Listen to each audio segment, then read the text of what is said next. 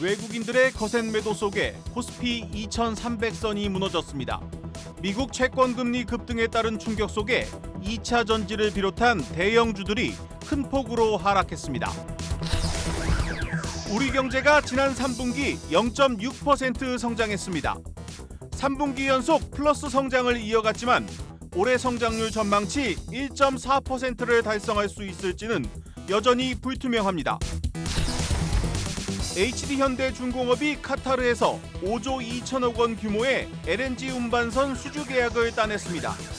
단일 계약 기준으로 국내 조선업계 사상 최대 규모입니다. 현대차가 올해 3분기 지난해 같은 기간보다 146% 증가한 3조 8천억 원의 영업이익을 냈습니다. 3분기 기준 역대 최대 실적입니다.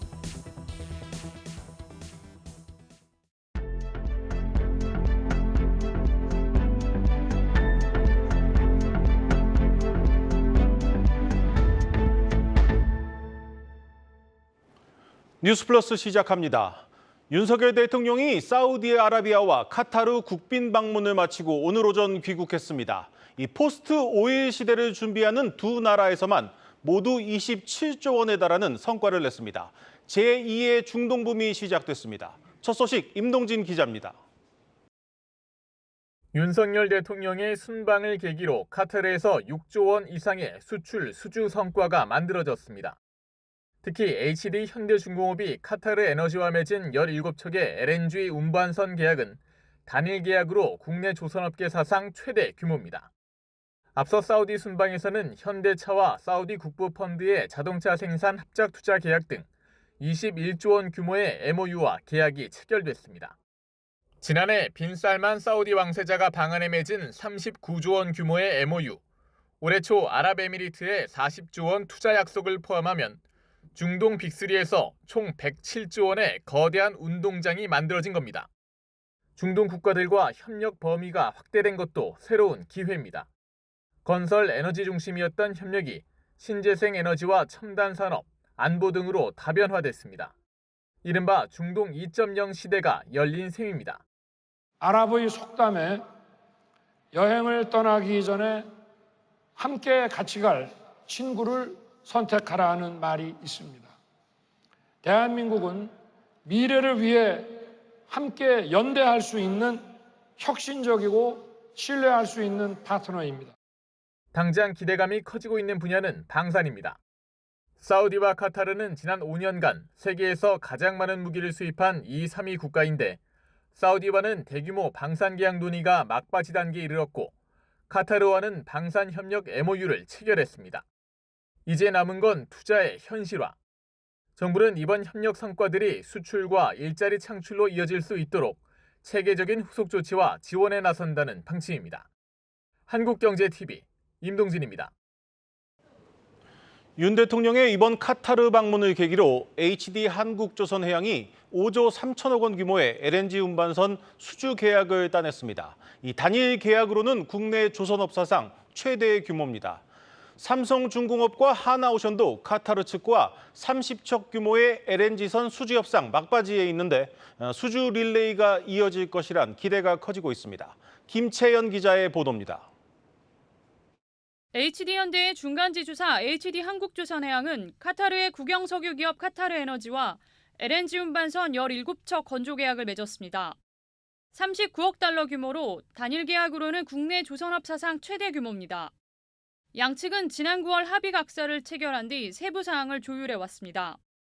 HD한국조선해양은 지금까지 200억 2천만 달러를 수주해 올해 목표의 127.2%를 달성하게 됐습니다. 이번 계약은 카타르 정부가 추진 중인 LNG 운반선 확보 프로젝트의 일환입니다. 카타르는 2027년까지 LNG 생산량을 연간 7,700만 톤에서 1억 2,600만 톤까지 늘릴 계획입니다. LNG 운반선은 대표적인 고부가 가치 선박으로 꼽히는데 국내 조선사들의 건조 능력은 세계 최고 수준으로 평가받고 있습니다. 국내 조선사들은 카타르 에너지가 지난해 발주한 1차 물량 중 80% 이상을 수주했습니다. 삼성중공업과 하나오션도 카타르 에너지와 총 30척 규모 수주 협상 막바지에 있습니다. 수주에 성공하면 국내 조선사들은 올해 LNG 운반선 수주 시장에서 90%를 점하게 됩니다. 한국경제TV 김채연입니다. 현대차가 3분기에도 분기 사상 최대 실적을 냈습니다. 이 3분기도 국내 상장사 실적 1위가 유력합니다. 올해 누적 영업이익이 11조 원을 돌파하면서 지난해 기록했던 연간 사상 최대 영업이익을 단 3분기 만에 넘어섰습니다. 정원우 기자입니다. 현대차의 3분기 영업이익은 3조 8천억 원대로 지난해보다 146% 증가했습니다. 작년 4분기부터 이어오던 분기 실적 신기록은 깨졌지만 역대 3분기 기준 최대치입니다. 현대차는 올해 들어 3분기 만에 누적 영업이익 11조 6천억 원대를 기록해 이미 작년에 세운 연간 최대 영업이익 기록도 뛰어넘었습니다. 3분기 매출액은 41조 원으로 2분기 연속 40조 원대를 유지했습니다. 일각의 수요 부진 우려 속에 100만 대 이상 판매 기록도 5분기째 이어갔습니다. 3분기 글로벌 판매량은 104만 5천여 대로 전년보다 2% 늘었고 특히 핵심 시장인 미국과 유럽에서 평균 이상의 판매 증가세를 나타냈습니다. 글로벌 친환경차 판매도 하이브리드 라인업 강화와 아이오닉 판매 확대로 33% 증가한 16만 9천 대를 기록했습니다. 수익성이 좋은 SUV와 제네시스의 판매 비중은 60%에 달했습니다. 이른바 판매 믹스 효과로 3분기 영업이익률도 두 자릿수에 근접했습니다. 올해 누적 판매량은 312만 대로 앞서 올려잡은 연간 목표치 432만 대를 향해 순항하고 있습니다. 현대차 측은 지속적 판매 확대 추세를 예상하면서도 중동 지정학적 리스크, 고금리 등을 불확실성 요인으로 꼽았습니다. 현대차는 3분기 연속 국내 상장사 실적 1위가 유력해졌습니다. 다음 날 실적을 발표하는 기아가 예상대로 2조 원 후반대 영업이익을 올려준다면 3분기 합산 영업이익은 6조 원대를 기록하게 됩니다. 한국경제TV 정원우입니다. 10년 만기 미국 국채 금리가 다시 5% 선을 위협하면서 전 세계 금융시장이 요동치고 있습니다. 앞으로 국채 금리가 어떻게 움직일지 전망은 엇갈리고 있습니다. 하지만 5%는 상징적인 숫자일 뿐 중요한 건 앞으로 상당 기간 고금리 상태가 지속될 것이라는 점에는 큰 이견이 없다는 겁니다. 박찬휘 기자입니다. 미국 국채금리가 리틀 버핏으로 불리는 빌 에크먼 회장의 30년물 국채 숏 포지션 청산 소식으로 급락한 지 하루 만에 급등했습니다. 미국 10년물 국채금리는 11bp나 오르며 심리적 저항선인 5% 부근까지 치솟았습니다. 러시아와 우크라이나, 이스라엘과 하마스 간 전쟁 지원에 미국 정부의 재정이 대규모 투입된 가운데 추가 예산을 마련하기 위해 채권을 발행할 것이란 관측이 나왔기 때문입니다. 로이터 통신은 미국 정부가 늘어나는 국가 부채 문제를 해결하기 위해 부채 상환용 채권을 발행할 것이라며 이에 따라 채권 가격이 떨어지고 금리가 상승하게 될 수 있다고 평가했습니다. 투자회사 오한대는 국채금리가 1982년 이후 가장 가파르게 올라 증시에 큰 충격을 주고 있다며 3분기 어닝 시즌이 진행 중이지만 투자자들의 관심은 채권 시장에 집중되고 있다고 전했습니다. 월가에선 미 국채금리 추가 상승 여부를 두고 의견이 엇갈리고 있습니다. 블룸버그 이코노믹스는 미국 정부 부채 증가와 미국 경제 성장세를 고려했을 때 10년물 국채금리가 6%까지 오를 것이라고 전망했습니다. 반면 골드만삭스는 10년물 국채금리가 적정 수준인 4.2%를 크게 웃돌고 있다며 국제유가 상승 등의 이유로 연말로 갈수록 미국 경기 침체가 심화되면 10년물 국채금리도 하락할 것이라고 내다봤습니다. 전문가들은 오늘 밤 발표되는 미국의 3분기 GDP가 경기 침체 여부를 판단하는 핵심 재료라고 말합니다. I think that GDP growth expected to come in around 5%, which is an amazing number when you think of how high interest rates have been. I think that an economic slowdown is in order, but not necessarily an outright recession. 다시 말해 미국 경기 침체가 우려할 수준이 아니기 때문에 고금리 상태가 한동안 지속될 수 있다는 분석입니다. 한국경제TV 박찬유입니다.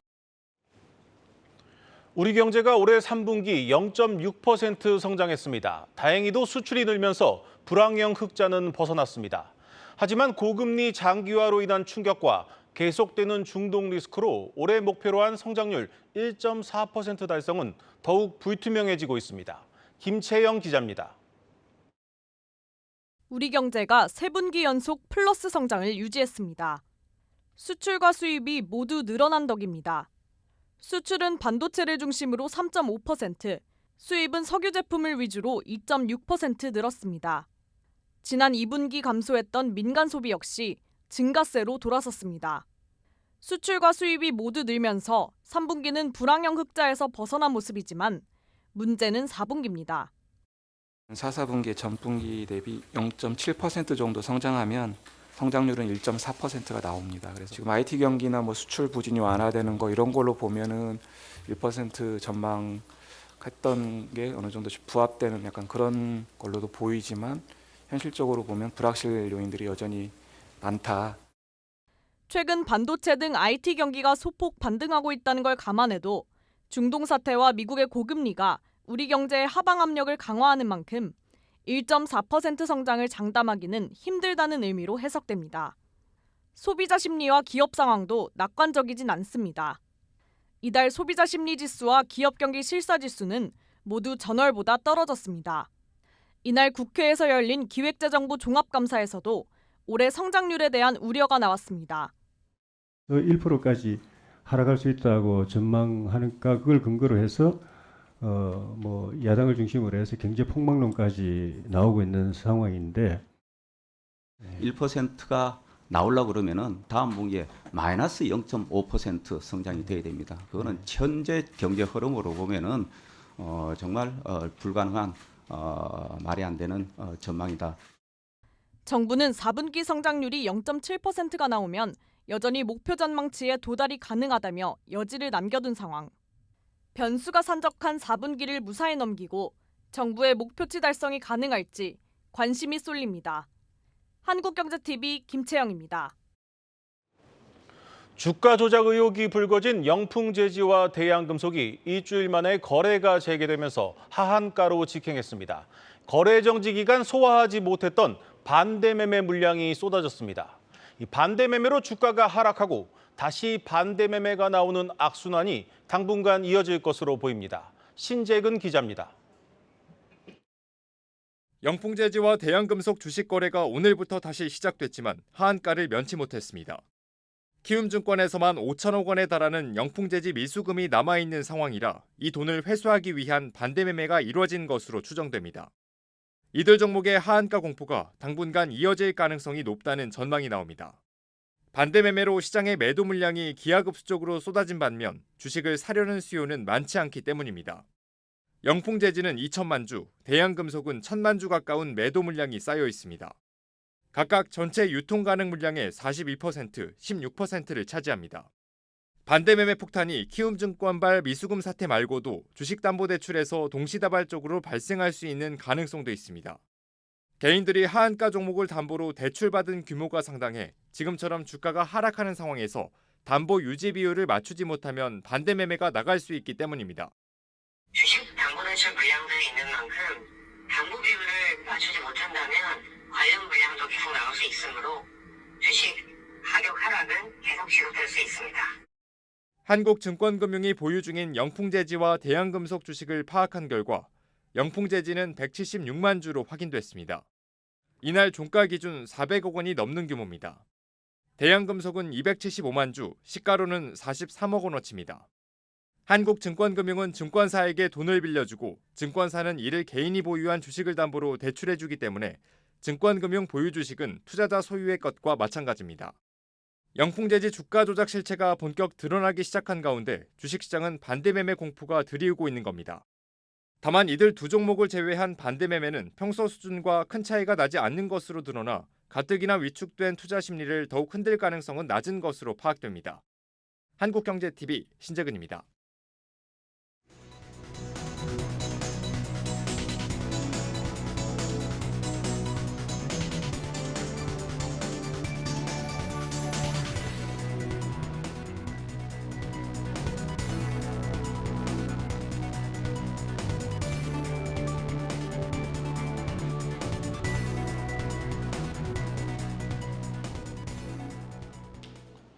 네, 마켓플러스입니다. 오늘 참 힘든 시장이었습니다. 우리 증시 양시장 지수 모두 급락하면서 거래를 마쳤는데요. 자, 코스피는 2300선이 무너졌고 이 코스닥도 750선을 결국 내줬습니다. 자, 코스피 2300선이 깨진 건 지난 1월 6일 이후로 거의 300일 만입니다. 사실상 증시가 연초로 돌아간 건데요. 또 오늘 시장에선 상승 종목은 242개, 하락 종목은 2257개로 9배 넘게 많았습니다. 자, 무엇보다 외국인의 순매도도 이어지고 있는데요. 자, 이번 달 들어서 외국인은 국내 시장에서 2조 1,120억 원 이상을 팔아치웠습니다. 자, 그러면 왜 이렇게 시장이 무너지고 있는 걸까요? 증권가에선 무엇부터 설명드려야 될지 모를 정도로 온갖 악재가 겹치고 있다, 이렇게 설명하고 있습니다. 자, 간단하게 설명을 드리면 미국 10년물 국채금리가 다시 5%에 육박하고 있고요. 또 오늘 실적을 발표한 주요 기업들의 실적 좋지 않았습니다. 또 여기에 중국 부동산 업체의 디폴트 소식, 전쟁 확전 소식도 들려오고 있고, 또 앞서 보신 것처럼 영풍재지 사태 등 반대 매매 규모도 커지고 있습니다. 증권가에선 가격 메리트는 현재 있지만 이 여러 변수들로 심리적인 반등은 어렵다. 그래서 주가 회복까지는 약간의 시간이 걸릴 것이다, 이렇게 분석하고 있습니다. 한편 이 상황 속에서도 비트코인은 순항 중입니다. 현물 ETF의 승인 가능성, 이런 기대감들이 조성되면서 이 비트코인의 가격 오늘 35,000달러에 육박하기도 했습니다. 두 번째 소식 전해드리겠습니다. 두 번째 소식은 SK 하이닉스 소식인데요. 자, 적자의 늪이라고 적어놨는데 이제 터널의 끝이 보이고 있습니다. 자, 올 3분기 1조 7,920억 원의 영업 손실을 기록했다, 이렇게 밝혔습니다. 지난해 4분기 이후로 4분기 연속 영업 적자를 기록하고 있는데요. 자, 올해 들어서 누적 영업 적자 규모 8조 764억 원에 달합니다. 이렇게 계속해서 이어지는 영업 손실에 SK 하이닉스의 주가 오늘 5.8% 넘게 하락하면서 올해 들어 가장 큰 낙폭을 보였습니다. 외국인이 오늘 하루만 SK 하이닉스의 주식을 1,000억 원 넘게 팔아치우기도 했습니다. 이건 코스피, 코스닥 합쳐서 가장 많이 판 수치고요. 그런데 SK 하이닉스는 HBM3, DDR5 등 AI용 메모리의 판매가 늘어나면서 이 적자폭을 줄였다고 설명을 하고 있었습니다. 단가가 높은 제품의 판매가 늘어나면서 아무래도 D램도 2개 분기 만에 흑자 전환한 겁니다. SK 하이닉스 관계자는 흑자로 돌아선 D램은 이 생성형 AI용을 비롯해서 이렇게 시황이 지속해서 호전될 것이다, 이렇게 보고 있고요. 또 낸드도 시황이 나아질 조짐이 보인다, 이렇게 전했습니다. 마지막 소식 전해드리겠습니다. 마지막 소식은 카카오 관련 내용으로 준비를 했습니다. 시세 조종 의혹 카카오 검찰 간다로 준비를 했는데요. 자, 금융감독원은 오늘 SM엔터테인먼트의 주가 조작 관련 사건과 관련해서 이 배재현 카카오 투자총괄 대표, 그리고 카카오 엔터테인먼트 법인 등 이들을 자본시장법 위반 혐의로 검찰에 넘겼습니다. 이들은 지난 2월 SM 인수전에서 경쟁 상대였던 하이브에 대해서 이 공개 매수를 방해하기 위해 2,400억 원을 들여서 이 SM의 주가를 끌어올린 혐의를 받고 있습니다. 또한 금감원이 오늘 송치는 우선적으로 송치한 것이다, 이렇게 밝힌 만큼 이 김범수 창업자에 대해서도 구속영장이 청구될지 이 부분도 주목되고 있고요. 또한 금감원은 이들이 전형적으로 시세를 조종하는 수법을 썼고 또 법무법인을 통해서 범행이나 은폐 방법도 자문받았다, 이렇게 설명했습니다. 한편 이렇게 계속되는 사법 리스크에 이 카카오그룹주의 주가 바닥을 모르고 주저앉고 있습니다. 자, 오늘 보시면은 오늘 또 카카오는 52주 신저가를 썼고요. 카카오뱅크, 카카오페이, 카카오게임즈 모두 오늘 파란불을 켜내면서 거래를 마쳤습니다. 자, 증권가에서도 카카오의 목표 주가 내려잡고 있습니다. 강서구 연구원은 이번 SM 주가 조작이나 이런 사법 리스크가 발생했다면서 굉장히 심각한 사안이기 때문에 주의할 필요가 있다, 이렇게 설명했습니다. 지금까지 마켓플러스 전해드렸습니다.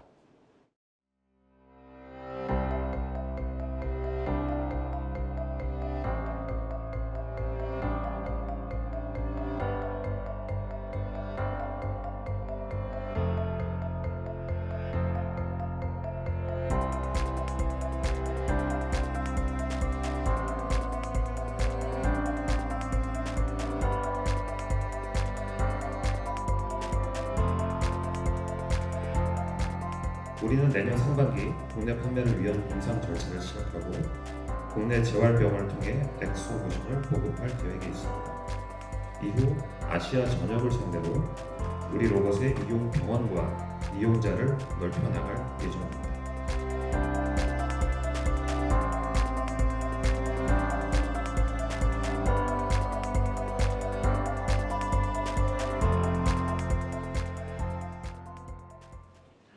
은행이 고객에게 대출을 해주면서 다른 상품을 끼워 팔지 못하도록 하고 있지만 영업 현장에서는 여전히 이런 일들이 벌어지고 있습니다. 이 실적 압박이 심한 은행원들은 어쩔 수 없다는 입장이지만 이 높아지는 은행 문턱에 대출 갑질로 인한 소비자들의 피해와 불만은 커져만 가고 있습니다. 김보미 기자입니다. 지난 4월 경기도 의정부 소재 우리은행 한 지점을 방문한 김혜진 씨는 말로만 듣던 대출 끼워 팔기를 당했습니다. 대출을 받으려면 카드 발급이 필요하다는 은행원 말은 영업을 위한 미끼였습니다. 중도금 매출이니까 처음이어서 잘 몰랐거든요. 카드가 아마 필요하실 텐데 카드 만드시겠냐고, 카드라고만 말하면 신용카드인지 모르잖아요. 그 연회비나 이런 거는 아예 설명이 없었고. 하지만 발급받은 카드가 신용카드였음을 뒤늦게 인지했고 이후 김 씨는 담당 직원에게 카드 해지를 수차례 요청했지만 번번이 거절당했다고 말합니다. 계속 언제까지만 써달라, 이때만 해지해달라 이런 식으로 계속 미루시고 이게 전화를 몇 번을 했어요. 그냥 취소를 해달라고. 금융소비자보호법에 따르면 이른바 대출 끼워 팔기는 불공정 영업행위에 해당돼 규제 대상입니다. 하지만 신용카드의 경우 끼워 팔기 제재 대상에 빠져 있고 우리은행은 이 부분을 이용해 꼼수 영업을 해왔던 겁니다. 이뿐만이 아닙니다. 최근 한 온라인 커뮤니티에선 서울 성북구에 위치한 우리은행 지점 직원의 끼워 팔기 시도로 고객이 피해를 본 사례도 올랐습니다. 지점이 끼워 팔기를 했다고 판단한 우리은행 본사에서 대출 불가 통보를 했고 이로 인해 고객은 부동산 잔금을 제때 치르지 못할 위기에 처했다는 내용입니다. 금융위원장 출신 임종용 회장이 우리금융 수장으로 내려왔지만 끼워 팔기가 근절되기는커녕 오히려 활개를 치고 있는 겁니다. 복수의 우리은행 관계자는 실적 압박이 심하다 보니 어쩔 수 없는 부분이 있다면서 카드 발급 이외에도 채워야 하는 항목들이 많다고 털어놓습니다.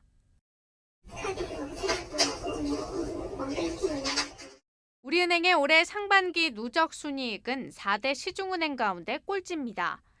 3분기 누적으로 봐도 전년 대비 감소했는데 이렇게 실적 개선에 눈먼 우리은행이 끼워 팔기로 갑질을 하고 있는 사이 금융 소비자의 피해와 불편, 불만은 쌓여만 가고 있습니다. 매출하는 거는 저희가 좀 약자잖아요. 그러니까 그런 안전한 거를 자꾸 이용하신 게 아닌가. 한국경제TV 김보미입니다. 금융당국이 수년째 대출 갑질 근절을 위해 노력하고 있지만 일선 영업 현장까지는 손이 미치지 못하고 있습니다. 이 대출 갑질의 근본적인 이유로 은행의 단기 성과주의가 꼽히고 있는 가운데 금융당국 책임론도 제기되고 있습니다. 이어서 장슬기 기자입니다.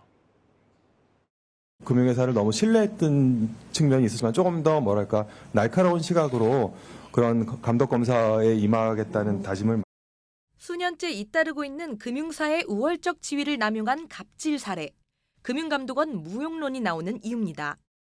이번 우리은행의 사례만 보더라도 대출 고객에 대한 끼워 팔기는 이미 오래전부터 금융당국이 근절 대상으로 강조해왔던 악습입니다. 지난 2015년 금융당국은 꺾기와 같은 금융사의 우월적 지위 남용 행위를 보이스피싱 사기와 같은 수준의 민생침해 5대 금융악으로 지목한 바 있습니다. 심지어 당시 금융위원장은 현재 우리금융지주 수장인 임종용 회장입니다. 당시 당국은 꺾기 가능성이 높은 고객군을 대상으로 한 금융상품 수신 실적은 영업점 성과평가 대상에서 제외하는 방안을 추진하고 4대 금융지주사 중심으로 편법적 꺾기 행위 테마 점검을 실시해 재발 방지를 위한 내부 통제 시스템 강화도 주문한 바 있습니다. 하지만 지난 2020년부터 올 상반기까지 우리은행의 꺾기 의심 거래액은 가파른 증가세를 나타내고 있습니다. 이 같은 무리한 영업의 원인으로는 지나친 단기 성과주의가 꼽힙니다. 대출자 입장은 아무래도 약자다 보니까 금융기관이 강요하면 그걸 어쩔 수 없이 들어줄 수밖에 없는 거죠. 지나친 단기 성과 위주의 평가를 하다 보니까 불법, 편법 이런 거를 갖다가 가릴 여유가 없어요, 사실은. 특히 대표적 관피아로 꼽히는 임종용 우리금융지주 회장의 경우 영업 현장을 제대로 알지 못하는 관 출신 낙하산이라는 한계를 보완하기 위해 영업통인 조병규 행장을 내세우기까지 했지만 오히려 이런 인사 방식이 독이 돼 단기 성과를 위한 급급함이 영업 현장은 물론 금융소비자 피해로까지 고스란히 전가되고 있다는 지적입니다. 한국경제TV 장슬기입니다.